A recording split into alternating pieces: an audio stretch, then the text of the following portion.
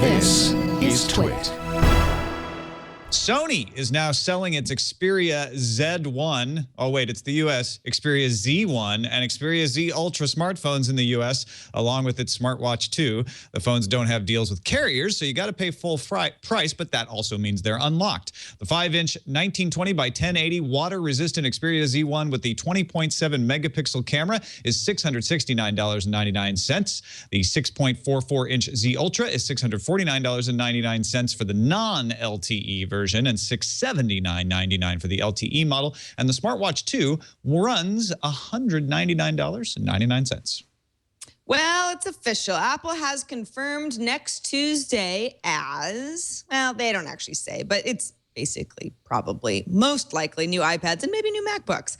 All the company is saying is we still have a lot to cover in the invite that went out with some colorful Apple leaf art.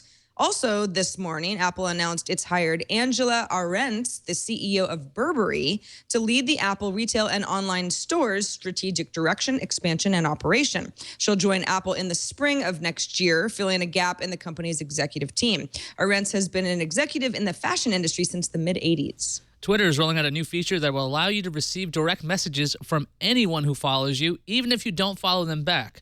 Now, in the past, you'd have to follow each other to have a DM conversation. This new DM feature is opt-in. The next web says it will still be possible to block people from DMing you even if you opt into this feature.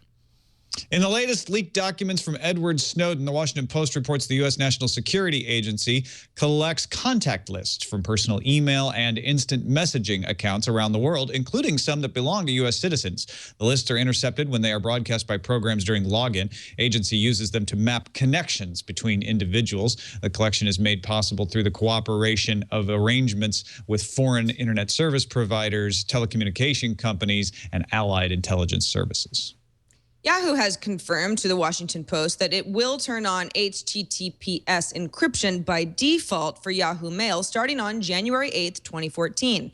The security upgrade happens exactly a year after Yahoo first rolled out an SSL encryption feature for its mail service. Google and Microsoft have been offering HTTPS as a default for years, so, you know, there's that. Yeah, Yahoo. Yesterday, LavaBit announced it will reopen for a short time so users can get their data. A service will be restored for a 72-hour period that began 5 o'clock Pacific time yesterday, October 14th. That's 5 p.m. LavaBit was the encrypted email service that was linked to Edward Snowden, and the service shut down way back in August.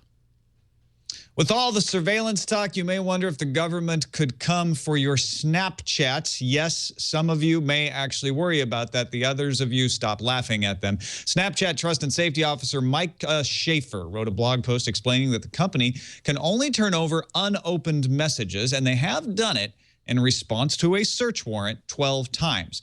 Before you relax too much, though, keep in mind an app called SnapHack from Darren Jones has hit the scene, making it easy for your friends to save and republish Snapchat messages without notifying the sender. The app is most likely in violation of Snapchat's terms of service. The Electronic Frontier Foundation called out Google for vague banning of the use of servers on its fiber service. And now the company seems to be reversing its stance. Google will allow, quote, personal, non-commercial use of servers that complies with the AUP is acceptable, including using virtual private networks to access services in your home and using hardware or applications that include server capabilities for uses like multiplayer gaming, video conferencing, and home security. So thanks for complaining, EFF. Anytime. Seth Weintraub at 9 to 5 Google has more anonymous info that Google is making a watch. His sources say Google Now would be at the center of the product. Google is focusing on longer battery life and Bluetooth 4.0 connectivity. As Weintraub points out, Artem Rusakovsky previously reported Google's watch, codenamed Gem, would run KitKat and come October 31st, along with the release of that flavor of Android. In any case, Google's likely to have something come from their acquisition of smartwatch SDK developer Whim last year, and we were expecting it soon. Oh, Gem is so outrageous. Rovio will be releasing Angry Birds Go, a kart racing game. If you've ever played Mario Kart, you have a pretty good idea of what Angry Birds Go is like.